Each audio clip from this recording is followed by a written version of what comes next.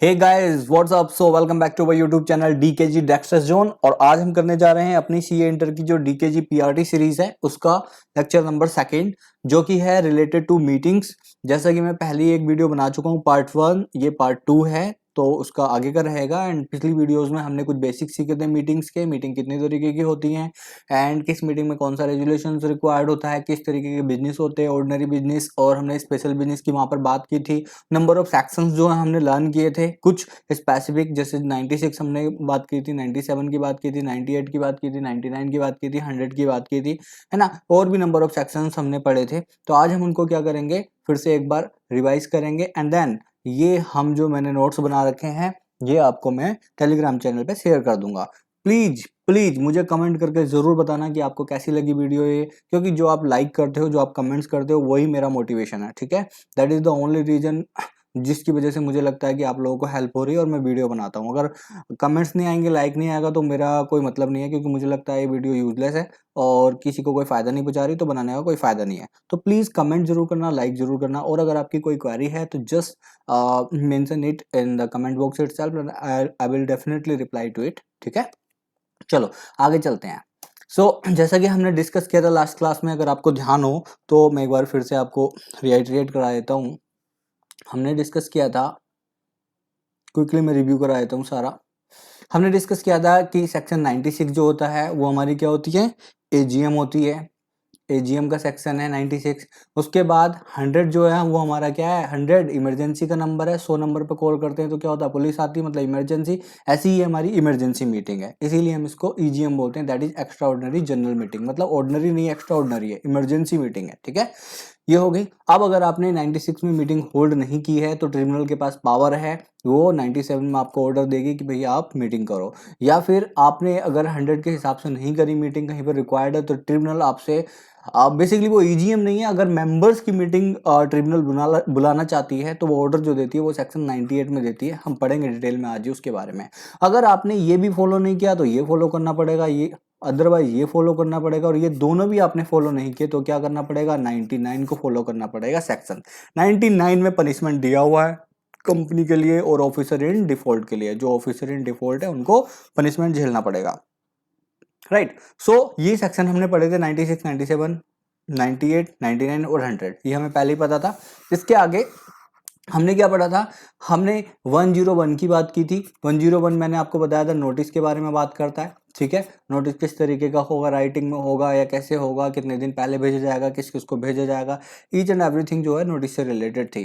ठीक है, उसके बाद हमने 102 की बात करी थी। 102 में मैंने आपको दो तरीके की चीजें बताई थी, एक ऑर्डिनरी रेजुलेशन, ऑर्डिनरी बिजनेस, और एक स्पेशल बिजनेस।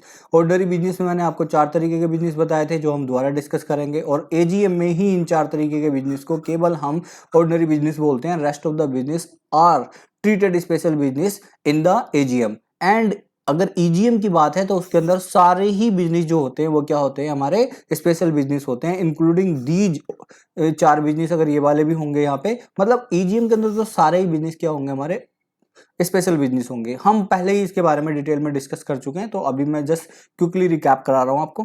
103 हमने कोरम के बात की थी। कोरम क्या होती है, minimum numbers required to constitute a valid meeting, that is quorum, जो हम 103 में पढ़ेंगे। 104 मैंने बताया था 4 से 4 एक चेयर होती है, चेयर के अंदर 4 पाए होते हैं, उस पे चेयरमैन बैठता है। ठीक है, तो ऐसे याद रखोगे, 4 से चेयरमैन। कैसे चेयरमैन अपॉइंट होता है वो हम डिस्कस करेंगे।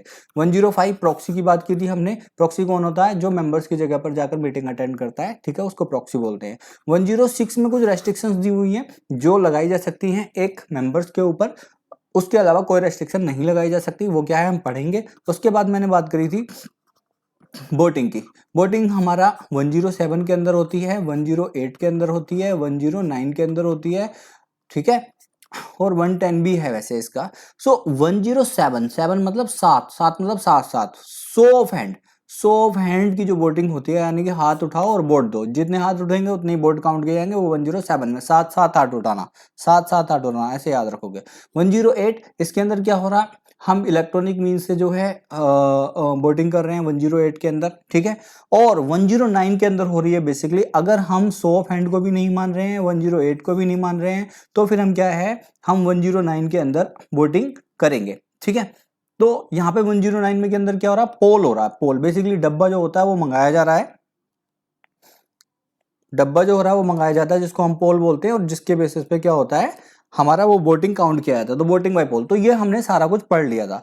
अभी आते हैं अपनी उसी जगह जहां पे हमने शुरू किया था। तो आज हम डिटेल में इन सेक्शंस को पढ़ेंगे। पिछली लेक्चर में हमने क्विक रिव्यू लिया था, आज हम बिल्कुल टेक्स्ट के साथ बिल्कुल डिटेल में पढ़ेंगे। रेफरेंस हमें पता है, मीनिंग हमें पता है, we just need to go through the detailed provision, that's it, right. So शुरू करते हैं। जैसे कि हमने बात करी थी सेक्शन 96 से। So 96 as you can see over here, 96 हमारा है। 96 में क्या है, एजीएम, अभी आगे डिटेल में डिस्कस करेंगे 96 क्या है। 96 में अगर आपने नहीं किया तो पावर है, पीओटी, पीओटी मतलब पावर ऑफ ट्रिब्यूनल, ट्रिब्यूनल के पास पावर है कि वो क्या बुला लेगी, एजीएम बुला सकती है, सेक्शन 97 में हम पढ़ चुके हैं, ठीक है। उसके बाद 100 के अंदर क्या ईजीएम की पावर है, ये भी हम अभी आज डिटेल में डिस्कस करेंगे। ईजीएम क्या होती है, कौन बुला सकता है, कितने टाइम में बुलाई जा सकती है, ये सब हम डिस्कस करेंगे। और अगर ईजीएम, अगर ट्रिब्यूनल बुलाना चाहती है मेंबर्स की मीटिंग, मेंबर्स की कोई मीटिंग अपार्ट फ्रॉम एजीएम, मतलब ईजीएम ही होगी ऑब्वियसली, तो पावर ऑफ ट्रिब्यूनल है, पीओटी मतलब power of tribunal to call members meeting, वो सेक्शन 98 में। लेकिन अगर आपने इसको भी फॉलो नहीं किया तो इसको भी फॉलो करना, लेकिन ये भी नहीं किया आपने, या फिर ये फॉलो नहीं किया फिर उसका ऑर्डर भी फॉलो नहीं किया, तो आपको यहाँ पर क्या होगा, पनिशमेंट देना पनिशमेंट दिया जाएगा, डिफॉल्ट इन द सेक्शन। चाहे आपने इन चारों में से किसी भी सेक्शन में डिफॉल्ट किया, 96, 100, 97, 98, तो आपको 99 के अंदर क्या मिलेगा, पनिशमेंट मिलेगा, राइट। चलो बात करते हैं 96 सेक्शन की। As I have already told you, generally क्या होता है, हर साल एक मीटिंग होल्ड करनी पड़ती है कंपनी को, जिसको बोलते हैं एनुअल जनरल मीटिंग जनरली। लेकिन अगर हम बात करें लास्ट डेट क्या है होल्डिंग फर्स्ट एजीएम की, पहली जो मीटिंग होती है, जो फर्स्ट एजीएम कंपनी की होल्ड की जानी चाहिए, वो with in 9 month from the close of first financial year. जब फाइनेंशियल ईयर क्लोज हो जाएगा उसके अंदर जो है उसको क्या कहते हैं, लास्ट डेट मानी जाएगी वो, कि हाँ आपको एजीएम होल्ड करनी चाहिए। यानी कि 9 मंथ के अंदर अंदर, जैसे फाइनेंशियल ईयर यहाँ है तो इसके 9 मंथ के अंदर अंदर आपको क्या करनी है, फर्स्ट एजीएम होल्ड करनी है। फाइनेंशियल ईयर की डेफिनेशन सेक्शन 2 क्लोज 41 में दी हुई है, तो आप वहां से देख सकते हैं, अभी जरूरत नहीं है उसकी, बस नॉर्मली समझ लो फाइनेंशियल ईयर मतलब ईयर, ठीक है। और ज्यादा कुछ मत समझो इसके अंदर। ध्यान रखने वाली बात ये, जनरली फाइनेंशियल ईयर जो हो गया कंपनी का एज पर सेक्शन 2 क्लोज 41, वो 1 अप्रैल से 31 मार्च तक का हो गया है। 2 कैलेंडर ईयर भी कोई कंपनी फॉलो कर सकती है, but there are certain other exception, certain things जो ध्यान में रखनी है, but in general financial year 1 April से 31 मार्च तक हो गया है, ये बात आपको ध्यान रखनी है, ठीक है। आगे हम चलते हैं।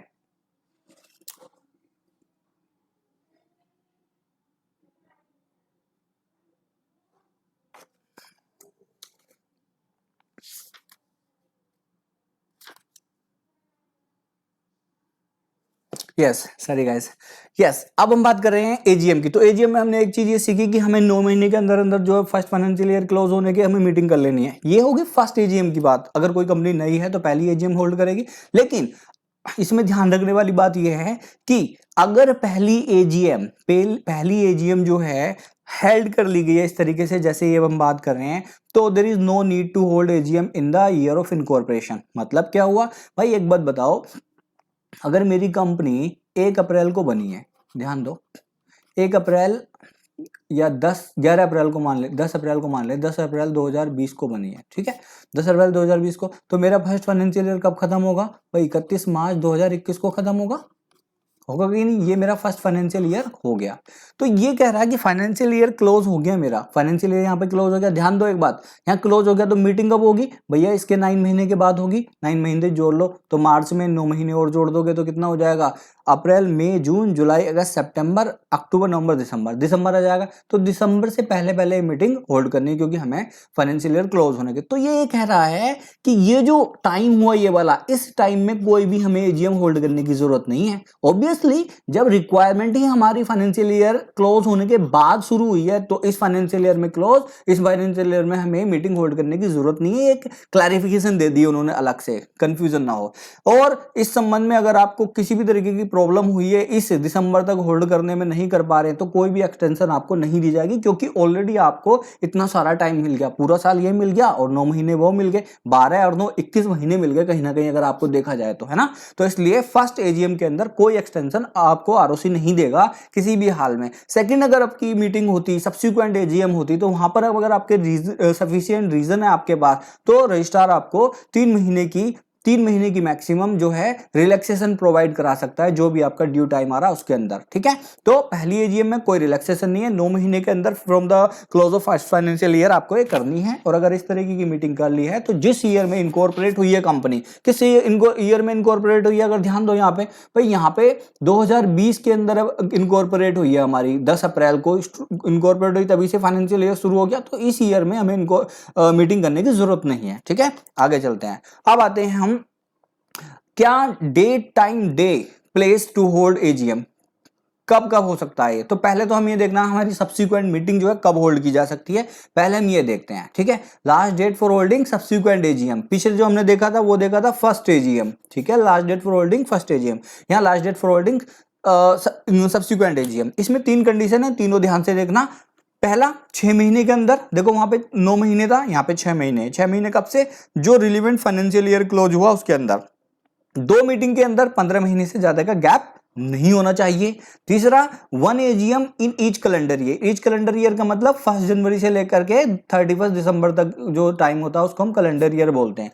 तीनों कंडीशन लिखो और तीनों में से जो भी अर्लियर हो वो हमारी ड्यू डेट मानी जाएगी, वो हमारी क्या है, ड्यू डेट मानी जाएगी। ये बात ध्यान रखना। जैसे मान लो 31 मार्च को मेरे जो है 31 मार्च 2019 को जो है मेरे फाइनेंशियल क्लोज हो गए, या 2020 को क्लोज हो गए। अब देखो ड्यू डेट देख रहे हैं हम, 2020 को क्लोज हो गए, है ना। तो मैं 6 महीने के अंदर, 6 महीने का मतलब अप्रैल, मई, जून, जुलाई, अगस्त, सितंबर, यानी कि 30 सितंबर जो है मेरी ड्यू डेट आ रही है पहली कंडीशन के हिसाब से। यहां क्या आ गई पहली कंडीशन 30। अब दूसरा, एजीएम का जो है 15 महीने का जो है गैप नहीं होना चाहिए। मान लो मेरी जो पिछली मीटिंग हुई है वो मेरी सितंबर को ही हुई है, 30 सितंबर को ही हुई है, 30 सितंबर 2019 को, तो मैं यहां से 15 महीने काउंट करूंगा। 15 महीने से ज्यादा का गैप नहीं होना चाहिए। 15 महीने जब काउंट करूंगा तो 12 महीने देखूंगा तो सितंबर ही आ जाएगा, और 3 महीने और काउंट करूंगा तो अक्टूबर, नवंबर, दिसंबर। तो मैं क्या लिख दूंगा यहाँ पे 31 दिसंबर। ध्यान दो, 31 दिसंबर 2020 लिख लिया। हर कैलेंडर ईयर में एक मीटिंग होनी चाहिए, तो फिर कैलेंडर ईयर में मैं क्या लिख लूंगा, लास्ट डेट 31 दिसंबर लिख लूंगा, है ना। बाय डिफॉल्ट ये दोनों एक ही डेट आ गई हैं, ठीक है, क्योंकि हमने जो पिछले जो तारीख है वो 30 दिसंबर मान लिया। अब इनमें से जो अर्लियर है, कौन अर्लियर है, ये अर्लियर है ना, तो ये मेरी ड्यू डेट हो गई, ये मेरी ड्यू डेट ऑफ एजीएम हो गई। इस डेट तक मुझे मीटिंग कर लेनी चाहिए या इससे पहले करनी चाहिए, वरना इस डेट को तो कर ही लेनी चाहिए। इससे पहले हो जाए तो बहुत अच्छी बात है, नहीं तो इस डेट को हो जाए। ये हमारी ड्यू डेट होगी लास्ट, ठीक है। It may be noted that registrar may provide extension of not more than 3 months, as I have already told you 3 months extension may be provided by the registrar if you show sufficient cause to him कि these are the reason because of which we are unable to hold the meeting, then if he satisfied then he certainly will provide the 3-month relaxation for holding the AGM, right? So आगे चलते हैं, day क्या होगा, time क्या होगा, place क्या होगा, इसका मैंने शॉर्ट बना दिया TDP, ठीक है। तो क्या एजीएम का होगा, डे, टाइम, प्लेस क्या होगा। तो पहली बात टाइम बिजनेस आवर में होना चाहिए। बिजनेस आवर क्या होता है, 9 से 6, 9 बजे से 6 बजे तक, 9 AM से 6 PM तक, ये बिजनेस आवर है। किस डे होना चाहिए, किसी भी डे हो सकता है, नेशनल हॉलीडे नहीं होना चाहिए, जैसे 2 अक्टूबर हो गया, 26 जनवरी हो गया, this should not be the day आपको मीटिंग करने के लिए, ठीक है। क्यों, क्योंकि भाई पब्लिक आएगी ना जनरल मीटिंग के अंदर, तो पब्लिक आएगी। अब आप नेशनल हॉलीडे पर रख रहे हो तो लोग अटेंड करने नहीं आएंगे मीटिंग, इसलिए बिजनेस आवर में और पब्लिक हॉलीडे पर नहीं होनी चाहिए, और रजिस्टर्ड ऑफिस पे होनी चाहिए या फिर नियर टू रजिस्टर्ड ऑफिस होनी चाहिए। ये नहीं कि आप भैया आपका रजिस्टर्ड ऑफिस दिल्ली में और बुला रहे हो कोलकाता में मीटिंग, कौन आएगा इतनी दूर से। इट इज सपोज कि मान लिया जाता है कि रजिस्टर्ड ऑफिस के आसपास के ही लोग शेयर होल्डर होंगे, इसलिए इस तरीके का प्रोविजन है। और उन्होंने नियर द रजिस्टर्ड ऑफिस का मतलब पता है क्या है, some other place within the city, town और विलेज, उस सिटी में, उस टाउन में, उस विलेज में जिसमें रजिस्टर्ड ऑफिस सिचुएटेड है, वहीं पर एजीएम आप बुलाओगे, ठीक है। हालांकि एक प्रोविजन नया आया है एक तरीके से, एजीएम जो होगी, जो अनलिस्टेड कंपनी है, लिस्टेड नहीं है, may be held at any place in India if consent is given in advance by the all the members. बाकी सारे मेंबरों ने अगर कंसेंट दे दी है कि भैया रजिस्टर्ड ऑफिस के आसपास होल्ड करने की जरूरत नहीं, कहीं भी कर लो, अगर सारे मेंबर, ध्यान ना, ऑल द मेंबर है, सारे मेंबर ने अगर दिया है, ऐसा नहीं 1-2 रह गया, 2-3 रह गया, उसको दिक्कत हो रही है, उसकी वजह उसको आपने जो है परमिशन नहीं ली है कि यार छोड़ो इसे, ऐसा नहीं कर सकते। सब लोगों की अगर कंसेंट है, सब लोग राजी हैं, तो आप कहीं भी ले आकर उस मीटिंग को होल्ड कर सकते हैं, ठीक है। बट अनलिस्टेड कंपनी के केस में केवल। चलो अदर डिटेल एजीएम से रिलेटेड, पहली बात ये 96 सेक्शन जो है वो ओपीसी पे एप्लीकेबल नहीं है। ओपीसी मतलब 1% कंपनी, ठीक है, इस पे एप्लीकेबल नहीं है। इसलिए बाकी जो कंपनी है जितनी भी हैं वो उन सबको as per section 96 AGM hold करनी पड़ेगी। Notice of AGM, of course जो एजीएम का नोटिस होगा वो इस 101 में नोटिस की बात करेंगे हम, तो नोटिस की सारी रिक्वायरमेंट पूरी करेगा। सबसे मोस्ट इंपोर्टेंट रिक्वायरमेंट ये है जब नोटिस आप दोगे तो वहां पे लिखोगे कि ये एनुअल जनरल मीटिंग है, राइट। और सेंट्रल गवर्नमेंट अगर चाहे तो किसी भी तरीके की कंपनी को सेक्शन 96(2) से एग्जम्पशन दे सकती है। ध्यान रखना, एजीएम होल्ड करने से नहीं, that has been prescribed under section 96 sub section 1, बल्कि टाइम, डे और प्लेस क्या होगा उससे एग्जम्पशन दे सकती है, जो कि 96(2) में प्रोवाइड किया गया। यहां देखो ना गौर से, है ना, नीचे लिखा हुआ है 96(2), इसमें रिलैक्सेशन दे सकती है, इसमें नहीं। ध्यान रखना 96(1) में नहीं। क्लियर, आगे चलते हैं। अब बात करते हैं 97। भाई 96 को आपने फॉलो नहीं किया तो पावर ऑफ ट्रिब्यूनल है, जिसको हमने पीओटी बोला था पीछे, एजीएम बुलाई जा सकती है, तो लिखा हुआ वैसे ही। If any default is made holding AGM in accordance with section 96 के हिसाब से एजीएम होल्ड नहीं करी तो क्या होगा? अगर कोई भी मेंबर कंपनी का ट्रिब्यूनल को एप्लीकेशन दे देता है कि जी ऐसा है, इन्होंने गड़बड़े की हैं, एजीएम बढ़िया से होल्ड नहीं करी, क्योंकि एजीएम तो भैया मेंबर्स की होती है। अब उनको आप जो है, उन्होंने नोता नहीं दिया, इनविटेशन नहीं भेजा, गलत तरीके से आपने मीटिंग होल्ड कर दी, हाँ, तो क्या होगा? वो ट्रिब्यूनल के पास पहुंच जाएगा शिकायत लेकर, और ट्रिब्यूनल के पास पावर है, वो आपको और कॉल कर सकती है, डायरेक्ट टू कॉल कर सकती है जनरल, यानी कि वो आपको ऑर्डर देगी कि जनरल मीटिंग बुलाओ आप, ठीक है। और अगर इस तरीके की मीटिंग जो बुलाई जाती है तो उसको एजीएम माना जाएगा, एंड वो बहुत डायरेक्शन दे सकती है, इंक्लूडिंग ये भी डायरेक्शन कि अगर एक भी मेंबर प्रेजेंट है ना मीटिंग के अंदर, तो उसको क्या मान लिया जाएगा? कोरम। और कोरम हम कहां पढ़ेंगे? 103 में। याद कराए थे ना कोरम के सेक्शन 103। 3 लोग होने चाहिए, जहां पता ना ऐड आता अक्षय कुमार का, जहां मिले 3 यार, हाँ, तो 3 मतलब कोरम। ध्यान रखना, वैलिड ट्रांजैक्शन करने के लिए कोरम का ध्यान रखना है ना। आगे 98 हमने बात करी थी, EGM power of the tribunal to call EGM. यहां पर देखो, ध्यान से देखो, जहां पर भी इम्प्रैक्टिकेबल सिचुएशन है किसी कंपनी के लिए, वो होल्ड नहीं कर पा रही है मेंबर्स की मीटिंग, ठीक है, तो ट्रिब्यूनल के पास पावर है कि वो इस तरीके का ऑर्डर दे देगी जिससे उस ईजीएम को कॉल्ड किया जा सकता है, हेल्ड किया जा सकता है, कंडक्ट किया जा सकता है, ठीक है, ये बात ध्यान रखना।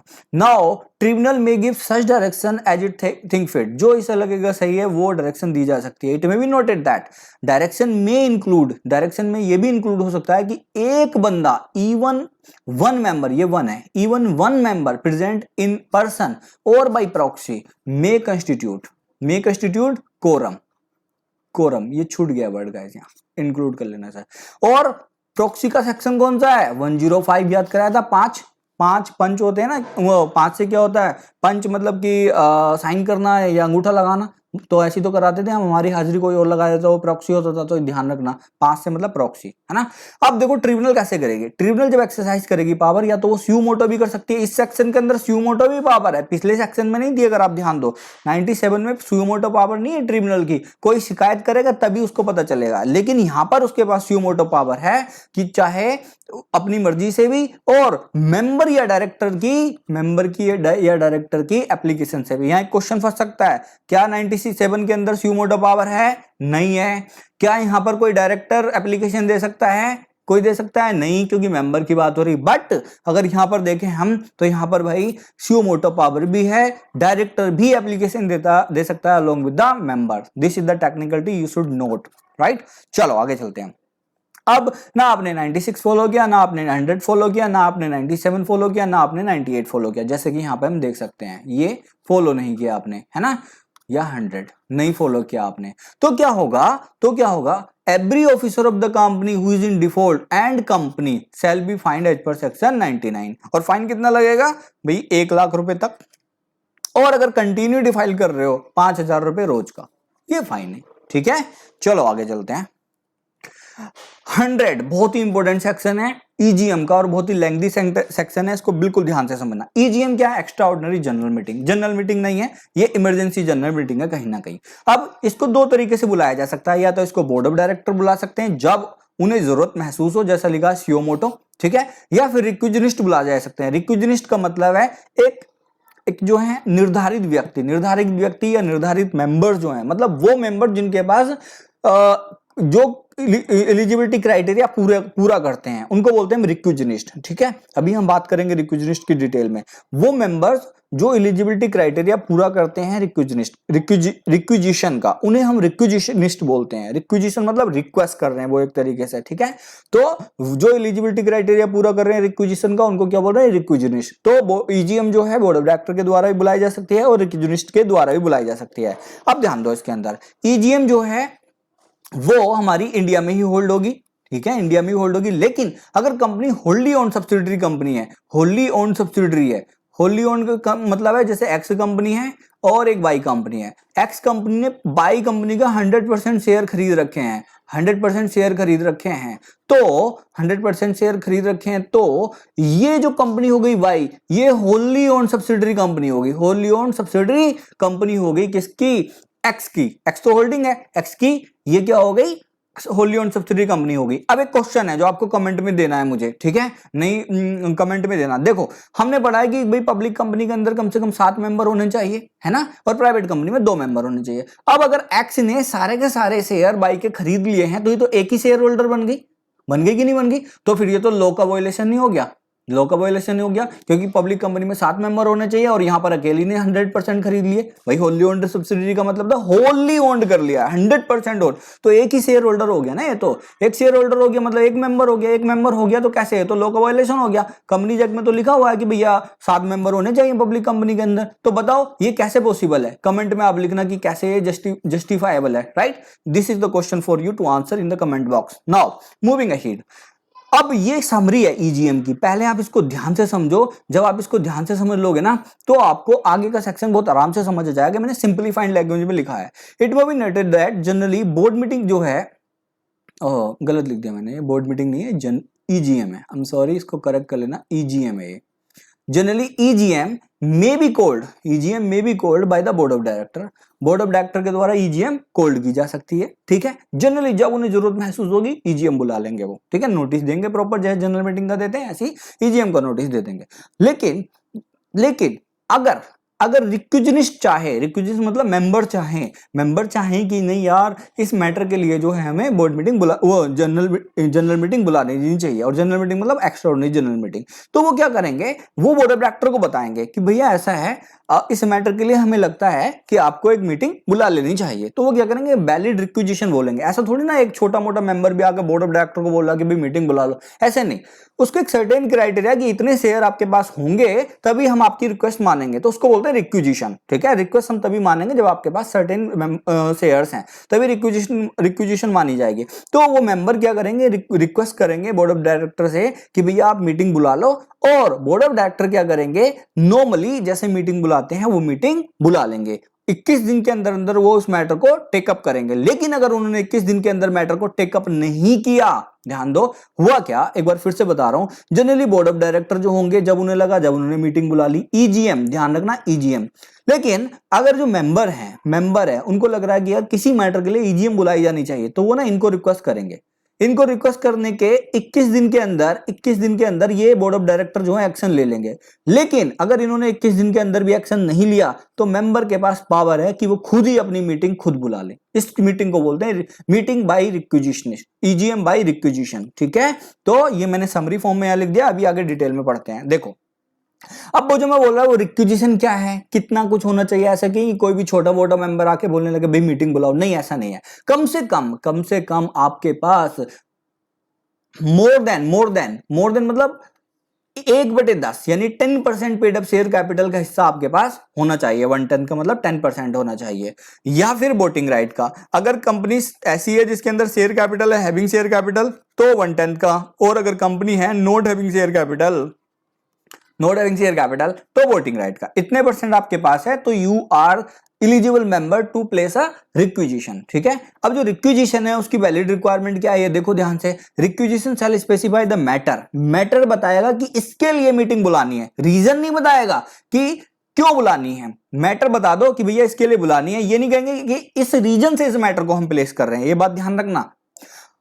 कंसीडर करेंगे, इस उस ईजीएम के अंदर रेजुलेशन लिया जाएगा कि हाँ भाई ये प्रपोजल है, बताओ उसको पास करना कि पास करना है या नहीं पास करना, ठीक है। And it shall be deposit, जो रिक्विजिशन है, जो रिक्वेस्ट है आपकी, जो रिक्वेस्ट है मीटिंग बुलाने की, वो रजिस्टर्ड ऑफिस पे डिपॉजिट कर दी जाएगी कि भैया बोर्ड ऑफ डायरेक्टर साहब ये लो रिक्वेस्ट हमारी और मीटिंग बुला लो। अब ये साइंड होगी, या तो सारे रिक्विजिशन साइन करेंगे या वो सारे रिक्विजिशन क्या करेंगे, एक बंदे को ऑथोराइज कर देंगे कि भाई हमने तेरे को ऑथोराइज कर दिया, तू हमारे बिहाफ पे सब रिक्विजिशन को साइन कर दे। तो वो अकेला बंदा जो है, या दो बंदे जो अगर हुए तो दो बंदे साइन कर सकते हैं। एक बंदा तो अकेला कर सकता है और दो बंदे तो दोनों साइन कर सकते हैं, बशर्ते बाकी के सारे रिक्विजिशन ने उनको ऑथोराइज किया हो। और ये रिक्विजिशन राइटिंग में भी हो सकती है और इलेक्ट्रॉनिक मोड में भी हो सकती है। इलेक्ट्रॉनिक मतलब मेल के थ्रू भी हो सकती है।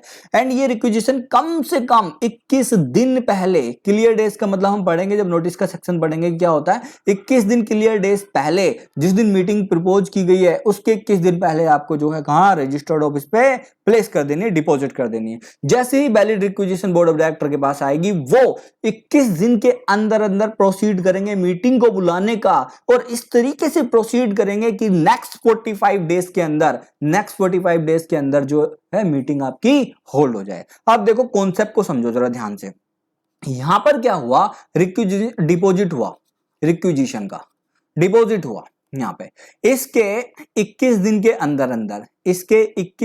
अंदर अंदर प्रोसेस कर देंगे, यानी कि यहां पे हो या प्रोसीड कर देंगे। बोर्ड ऑफ डायरेक्टर क्या करेंगे, प्रोसीड करेंगे मीटिंग बुलाने का, और प्रोसीड इस तरीके से करेंगे कि 45 दिन के अंदर, यहां से 45 दिन के अंदर क्या हो जानी चाहिए, मीटिंग हो जानी चाहिए,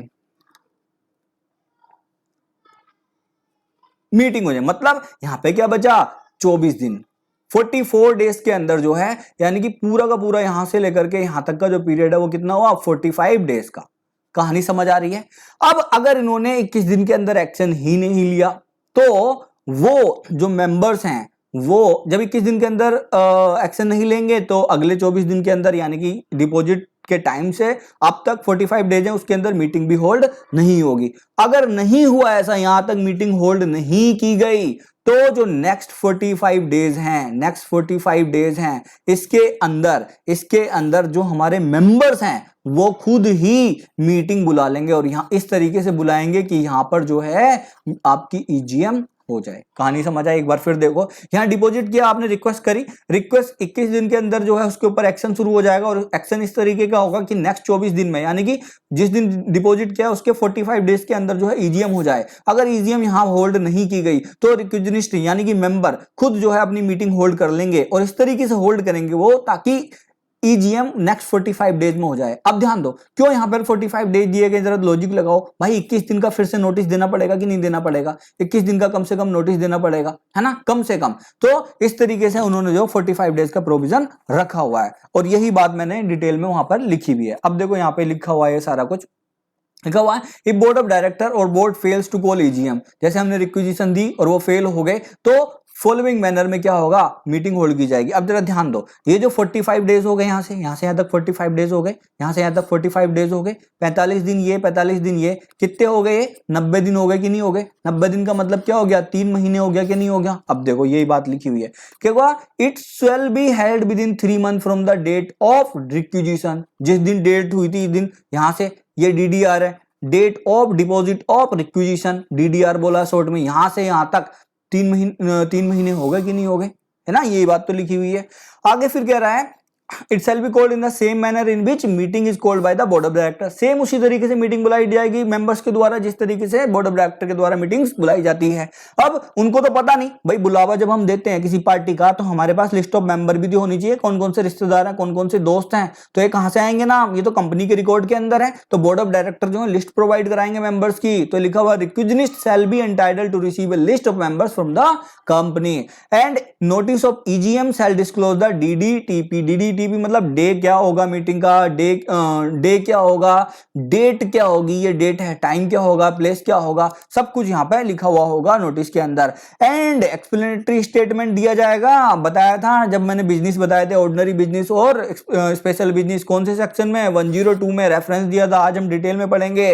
भाई अगर हम स्कूल जा रहे हैं नॉर्मल डेज में तो ड्रेस पहन के जानी है, लेकिन अगर पार्टी है स्कूल में तो टीचर बताएंगे कि भैया कल को नई वाली ड्रेस पहन के आना। एक्सप्लेन एक्सप्लेन करेंगे स्टेटमेंट के साथ। वहीं यहाँ पर हमारी एजीएम हो रही है तो हमें ऑर्डिनरी बिजनेस के लिए एक्सप्लेन करने की जरूरत नहीं है, लेकिन कोई नया काम हो रहा है तो हमें एक्सप्लेन करना पड़ेगा, क्योंकि मेंबर्स को थोड़ी ना सपने आ रहे हैं कि भैया नए काम का रीजन क्या है, कहां होगा, कितने रुपए में होगा, क्या बेनिफिट है, तो हमें एक्सप्लेन करना पड़ेगा। तो ईजीएम के अंदर तो सारे ही हमारे बिजनेस क्या होते हैं, स्पेशल बिजनेस होते हैं, और हर स्पेशल बिजनेस के लिए हमें एक्सप्लेनेटरी स्टेटमेंट देना पड़ता है। I hope it is clear because we have already talked about on this topic. हाँ, नाउ सेक्शन 101 जो बात करता है हमारे नोटिस की लेंथ क्या होगी, कितने दिन पहले जाना चाहिए, कंटेंट क्या होगा साहब नोटिस के अंदर, किस किस को जाना चाहिए, ये बात करेंगे। तो 21 क्लियर डेज होंगे। क्लियर डेज का मतलब ये होता है गाइस, रफली समझ लो आप इसको, जिस दिन नोटिस भेजा जाएगा वो दिन काउंट नहीं होगा, जिस दिन नोटिस मीटिंग होगी वो दिन काउंट नहीं होगा। और अगर हम पोस्ट से भेज रहे हैं नोटिस को तो 48 आवर्स के बाद जो है हम उसको 48 आवर्स के बाद हम डीम्ड माना जाएगा कि नोटिस हमारा चला गया है। ठीक है, तो इस तरीके से इन जनरल अगर मैं बात करूं तो 4 डेज जो है हम एक्स्ट्रा काउंट करके चलते हैं क्लियर डेज, मतलब 25 दिन का काउंट करके चलते हैं नोटिस के 21 दिन के लिए। ये है मीनिंग क्लियर डेज का। नाउ अगर आप चाहते हो कि हम 21 दिन से कम का नोटिस दें, दिया जा सकता है, लेकिन कम से कम आपके 95% मेंबर जो हैं इस बात को अकॉर्ड कर दें, सहमत हो जाएं। एजीएम के केस में 95% लोग जो हैं बोल दें कि कोई दिक्कत नहीं है यार, शॉर्टर नोटिस दे दो, 10 दिन का दे दो, लेकिन 95% लोग एग्री हैं तो एजीएम हो सकती है शॉर्टर नोटिस पर। लेकिन अगर ईजीएम की बात हम कर रहे हैं, ईजीएम की यानी एक्स्ट्रा ऑर्डिनरी जनरल की मीटिंग की, तो उसमें 2 कंडीशन है। मेजोरिटी होना चाहिए इन नंबर, मेजोरिटी का मतलब जितने भी टोटल मेंबर हैं उसमें आधे से ज्यादा एग्री हो और उनके पास कम से कम 95% शेयर कैपिटल भी हो, अगर कंपनी शेयर कैपिटल वाली है। और अगर कंपनी में शेयर कैपिटल नहीं है तो कम से कम 95% वोटिंग राइट उनके पास हो, टोटल वोटिंग राइट का। तो हम क्या कर सकते हैं, मीटिंग शॉर्टर नोटिस पे कर सकते हैं, इसको हम बोलते हैं शॉर्टर नोटिस। ठीक है, शॉर्टर नोटिस पे मीटिंग हो सकती है। बात समझ आई?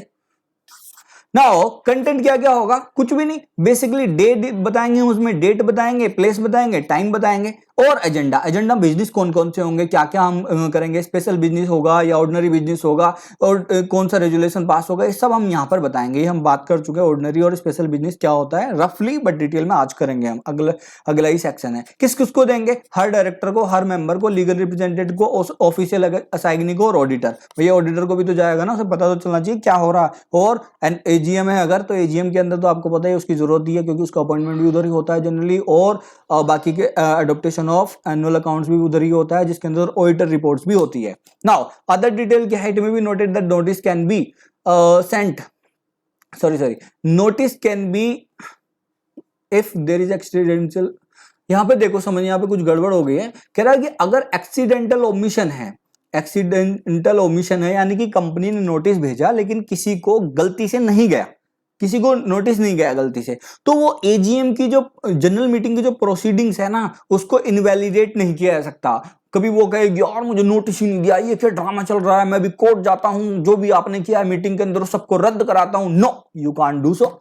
बट तब अगर कंपनी ने प्रूव कर दिया कि ये जो मिस्टेक हुई है नोटिस ना पहुंचने की, ये एक्सीडेंटल मिस्टेक है, इंटेंशनल मिस्टेक नहीं है, ध्यान रखना। या कंपनी ने भेजा बाबूजी कहीं पार्टी मना रहे हैं, उन्हें नॉन रिसीट हुआ, उन्हें मिला ही नहीं नोटिस, वो घर ही नहीं है, तो जब उन्हें मिला ही नहीं, कंपनी ने तो भेजा, तब भी वो प्रोसीडिंग जो है इनवैलिडेट करार नहीं दी जाएगी। And burden of proof lie on the person की उसको नहीं मिला, और अगर भेजने की बात आएगी तो उसके ऊपर कंपनी के कि भैया हमने भेजा था, तो ये प्रूव करना पड़ेगा कंपनी को कि हमारी ये इंटेंशनल मिस्टेक नहीं है, this is the accidental omission basically. ठीक है, I hope it is clear. Now statement to be annex to the notice. अब हमने बात करी थी कि जब भी कोई हम नया काम करेंगे तो उसके लिए हम एक्सप्लेन करेंगे, एक्सप्लेनेटरी नोटिस देंगे। ठीक है, मैंने बताया ये पहले से ही आपको अच्छे से समझा चुका हूं, अब मैं बस क्विकली रिव्यू कर रहा हूं उसका। An explanatory statement shall be annex to the notice, notice के साथ हम एक्सप्लेनेशन स्टेटमेंट जो करेंगे लगाएंगे, अनेक्स करेंगे हर ट्रांजेक्शन के लिए, अगर स्पेशल बिजनेस है तो। ठीक है, question, is it required for any OB, मतलब ऑर्डिनरी बिजनेस, क्या ऑर्डिनरी बिजनेस के लिए एक्सप्लेनेटरी स्टेटमेंट रिक्वायर्ड है? नीचे बताओगे no, not at all, but मैंने बता दिया है, बताने की जरूरत नहीं। बट क्यों नहीं रिक्वायर्ड है, क्यों हम ऑर्डिनरी बिजनेस के अंदर एक्सप्लेनेशन नहीं दे रहे हैं? सिंपल है, लिखो रीजन में नीचे। What are ordinary businesses? Ordinary businesses कौन से हैं और स्पेशल बिजनेस कौन से हैं? मैंने बताया था एजीएम के अंदर केवल 4 बिजनेस जो है ऑर्डिनरी बिजनेस हैं, ये मैंने पहले भी बता दिए, अब फिर लिख दिए मैंने अच्छे से यहाँ पे। अडेप्टेशन ऑफ फाइनेंशियल स्टेटमेंट, जिसमें ऑडिटर रिपोर्ट और बोर्ड रिपोर्ट भी होती है।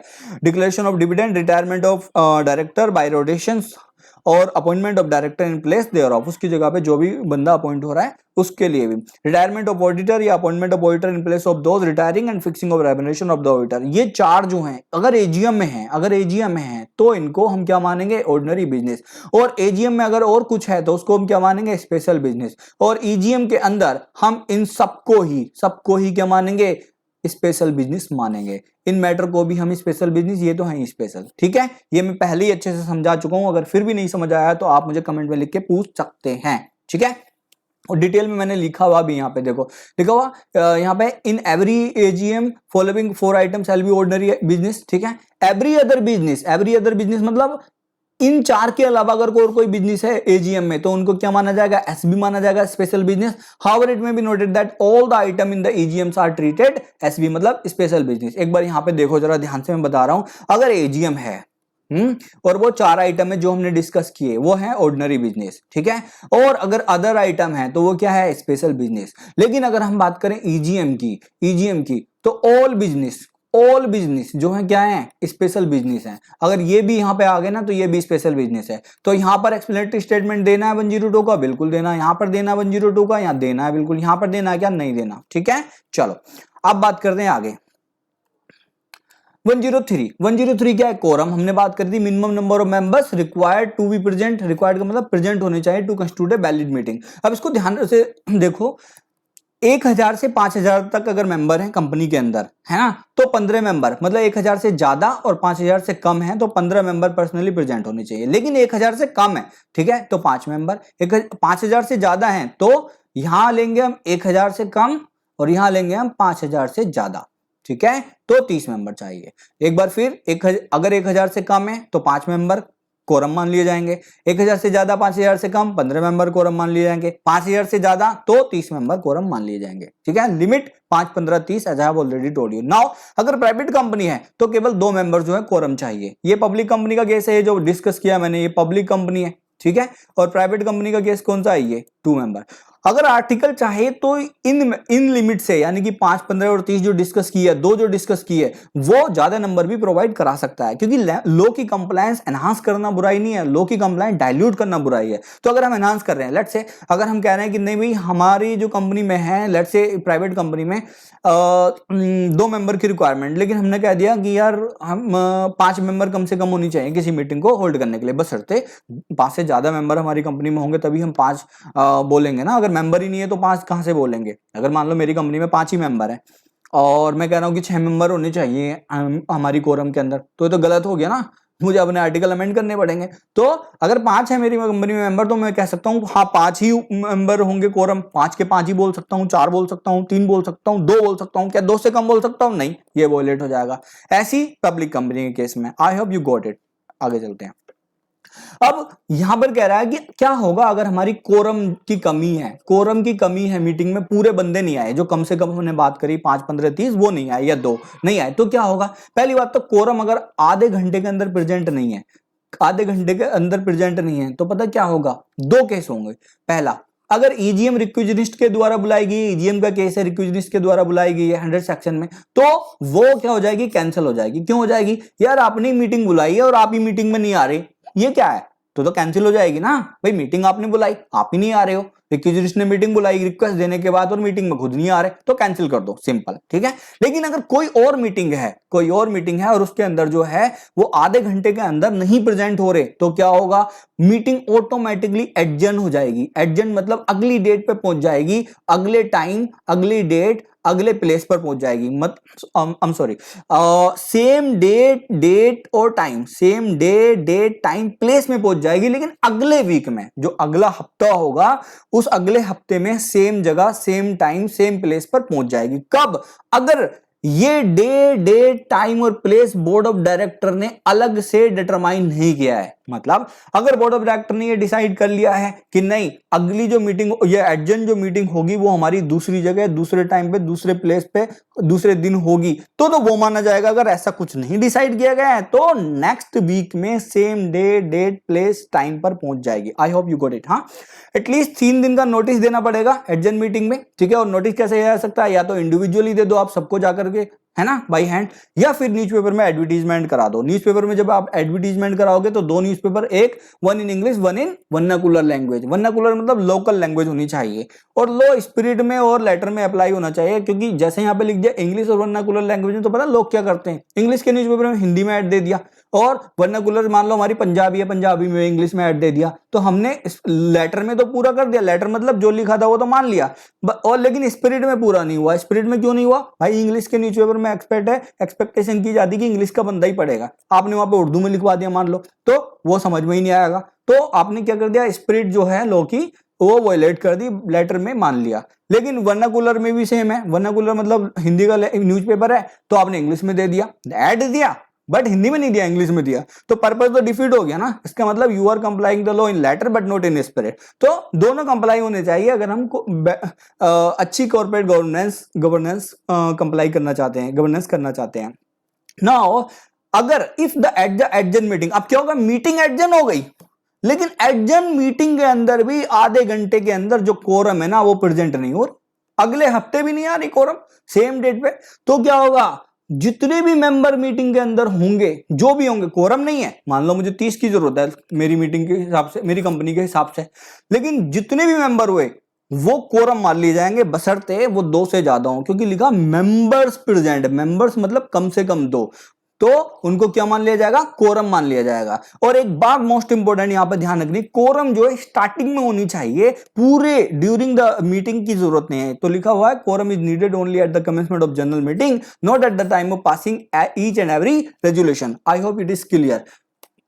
नाउ 104, चेयर मतलब चेयरमैन। चेयरमैन का मतलब हम जानते हैं कि मीटिंग को जो प्रिजाइड करता है। तो पहली बात तो अगर आर्टिकल में कुछ लिखा है कंपनी के तो चेयरमैन उसके हिसाब से अपॉइंट होगा, पहला रूल। अगर उसमें कुछ नहीं लिखा है तो मीटिंग में जितने भी मेंबर प्रेजेंट है ना, आपस में से वो बाय शो ऑफ हैंड जो है इलेक्शन करेंगे, और हाथ उठा के कि भैया किसको चुनना है हमें अपना कैप्टन यानी कि चेयरमैन, अगर लोग प्रपोज करेंगे कि इसको चुनना है तो हैंड रेज किए जाएंगे कि कितने लोग इनके फेवर में, अगर मेजोरिटी हो गई तो उस बंदे को चूज कर लिया जाएगा, यानी बाय शो ऑफ हैंड हम जो है इलेक्शन कर सकते हैं चेयरमैन का। अब ध्यान दो, अब हमने by show of hand decide तो कर लिया, मान लो एक बंदे ने बोला कि मिस्टर ए को बना देते हैं, और मिस्टर ए के द्वारा जो है वो बंदा हो भी गया, लेकिन कुछ बंदे एग्री नहीं हो रहे, वो कह रहे हैं कि नहीं जी, ये बंदा जो चेयरमैन बना ना, इससे हम एग्री नहीं करते, हमें तो पोल मंगवाओ, हम पोल के हिसाब से जो है अपना वो करेंगे।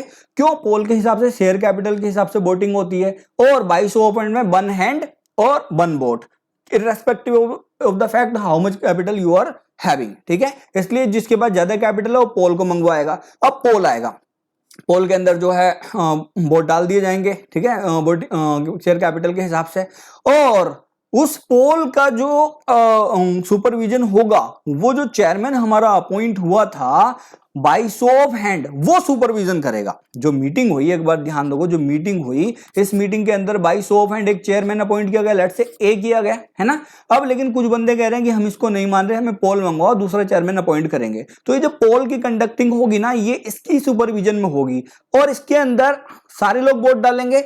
2 रिजल्ट निकल सकते हैं, हो सकता है कि पोल के द्वारा यही बंदा अपॉइंट हो जाए, और हो सकता है कि कोई दूसरा बंदा अपॉइंट हो। अगर यही बंदा अपॉइंट हो गया तो सारी मीटिंग के लिए यही चेयरमैन रहेगा, लेकिन अगर दूसरा बंदा अपॉइंट हो गया तो रेस्ट ऑफ द मीटिंग के लिए, क्योंकि यहां तक तो ये था ही, रेस्ट ऑफ द मीटिंग के लिए दूसरा बंदा चेयरमैन डिसाइड कर दिया जाएगा, चेयरमैन बना दिया जाएगा, ठीक है।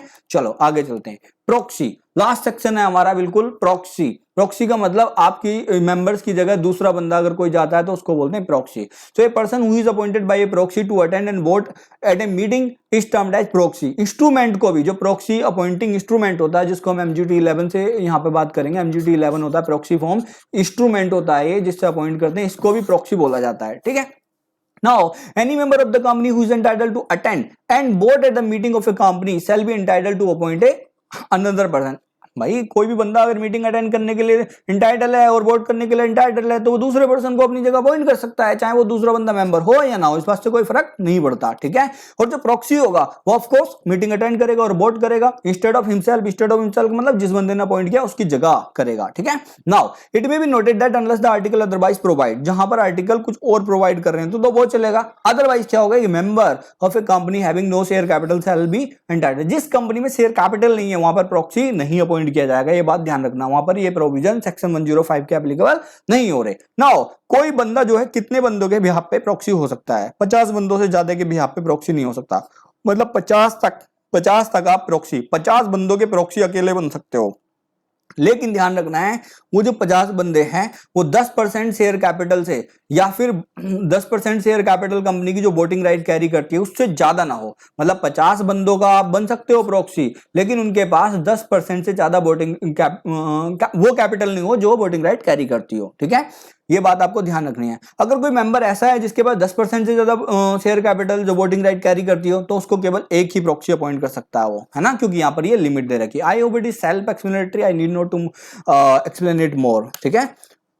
चलो आगे चलते हैं। अदर डिटेल प्रॉक्सी की जो कि बहुत इंपॉर्टेंट है, प्रॉक्सी फॉर्म जो है जो कि आपका नोटिस के साथ मतलब नोटिस में आप बता दोगे कि प्रॉक्सी की फैसिलिटी है वो कम से कम 48 घंटे पहले, कम से कम मीटिंग के 48 घंटे पहले जो है रजिस्टर्ड ऑफिस पे जो है जमा कर दिया जाएगा, कंपनी पे जमा कर दिया जाएगा एंड ये राइटिंग में होगा और मेंबर जिसने प्रॉक्सी अपॉइंट किया वो साइन करेगा इस बात को, वरना तो कोई भी आ जाएगा मीटिंग के अंदर से गड़बड़ हो जाएगी। MGT 11 मैं पहले ही बता चुका हूं ये प्रॉक्सी फॉर्म होता है, ठीक है। प्रॉक्सी के अंदर ये बहुत इंपॉर्टेंट है, ये बहुत इंपॉर्टेंट है, प्रॉक्सी को जो है राइट नहीं होता बोलने का मीटिंग के अंदर वो बोलेगा नहीं, क्योंकि उसे थोड़ी ना पता है क्या चल रहा है मीटिंग के अंदर क्या नहीं, उसने जो वो बोर्ड डालने के लिए बोला किसी पर्टिकुलर ट्रांजैक्शन पे वो जाके चुप डाल देगा, वो वहां पे डिसाइड नहीं करेगा, डिसीजन तो मेंबर ने बता के भेजा कि ऐसे हो इस वाले मैटर में ये करना, क्योंकि नोटिस तो पहुंच चुका था पहले और नोटिस के अंदर सारी ट्रांजैक्शन लिखी हुई थी, मेंबर ने पढ़ा but he is unable to attend the meeting, तो उसने किसी दूसरे बंदे को बुलाया, उसने बोला कि ये वाला रेजुलेशन हो तो ये वोट डाल दियो, ये रेजुलेशन हो तो ये वोट डाल दियो, ठीक है। Can not vote by show of hand, voting by show of hand नहीं कर सकता प्रॉक्सी, है ना, voting by show of hand नहीं कर सकता, वो केवल बाई पोल कर सकता है, जैसे यहां पे लिखा right to vote and pole है, तो 3 चीजें नहीं कर सकता, ध्यान दो, बोल नहीं सकता मीटिंग के अंदर, ठीक, ऐसा नहीं कि बिल्कुल भी नहीं बोल सकता, आपको डिस्कशन नहीं कर सकता किसी मैटर पे, ऐसे बिल्कुल बेचारे का बोलना बंद करोगे कैसे, तो बोल सकता है बट डिस्कशन नहीं कर सकता, वोट डाल सकता है but by show of hand नहीं डाल सकता, पोल में कर सकता है। और इंपॉर्टेंट बात, कोरम के अंदर काउंट नहीं किया जाएगा, अभी पढ़ा है ना कोरम, कौन सा सेक्शन है कोरम का, 103, 5, 15, 30, यही पढ़ा था ना, है ना। चलो आगे 5, 15, 30 लिमिट है ये, कभी और कंफ्यूज हो जाओ।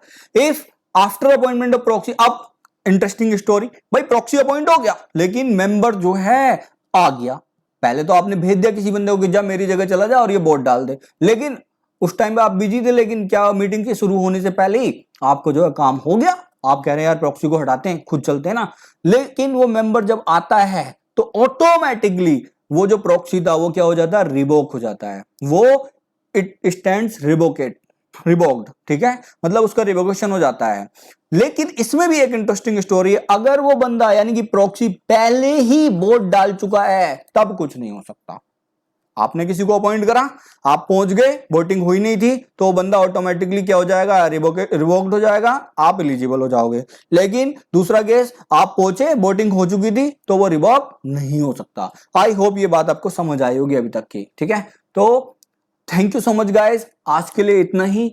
आपको वीडियो कैसी लगी प्लीज मुझे जरूर बताना कमेंट बॉक्स के अंदर, कोई भी क्वेरी हो जरूर वहां पे लिखना, और लाइक जरूर करना, वीडियो शेयर करना, और चैनल सब्सक्राइब नहीं करा तो what are you waiting for, just press the subscribe button along with the bell icon so that you can get the recent notifications of new video, है ना।